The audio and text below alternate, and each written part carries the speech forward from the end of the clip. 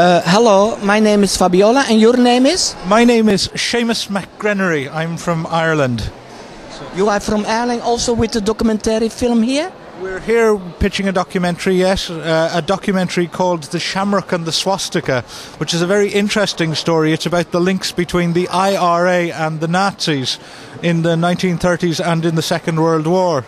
And it's a story that not many people realise about. It's a story about kind of stupidity and evil, because these IRA guys, some of whom were very close to being communists and some of whom were fascists, would go to Spain and actually fight on opposite sides in the Civil War. And then one of the guys who was in Spain fighting against Franco was captured by Franco, and he went straight from a fascist prison to Berlin to work with the Nazis. So it's and this film is we can see him here.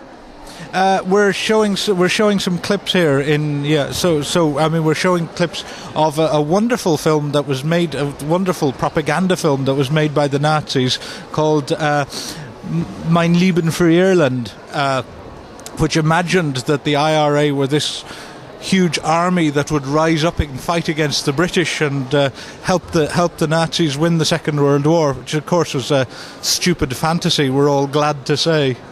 We've also got some interesting material from the Netherlands in this, because there's some great propaganda music from the time of the Second World War, which is, swing music.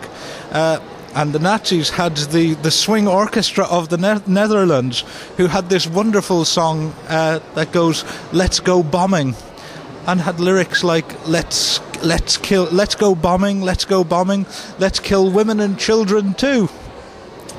Very interesting. And when you want, you can see your film also on the television station from by Luc Sala.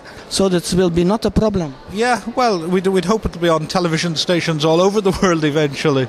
So anyone who takes it will show some of it. And you have made him this year, this film, or it was this is something we're working on. We're working on an ongoing project, because eventually we want to make a whole series about the different ways that people collaborated with the Nazis, and we want to kind of expose the propaganda, because for a lot of young people now, they start seeing all this Nazi propaganda, and it's shown often in a very uncritical way. It's shown as the most wonderful filmmaking, and the kind of the evil and the stupidity, which is our theme, is often forgotten about.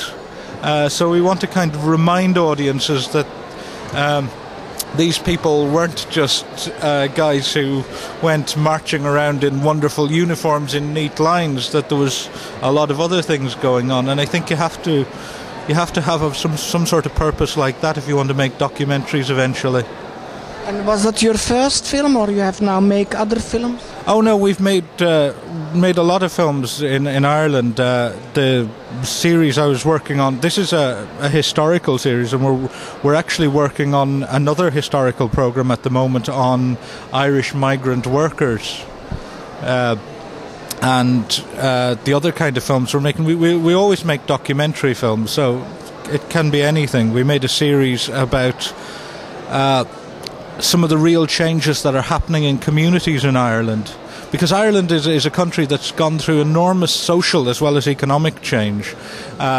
It used to be, say 20 years ago, it used to be a very conservative religious country, but it's a country where maybe more than half of the population are under 25, and when you have such a young population, you have a lot of change, and now it's changing so rapidly. It's very progressive. Even the smallest towns, you have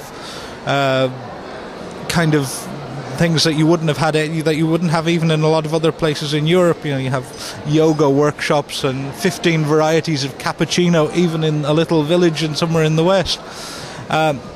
So there's a lot of social changes going on. So we did a series that was documenting how that was affecting communities in Ireland. That's one thing that we're doing.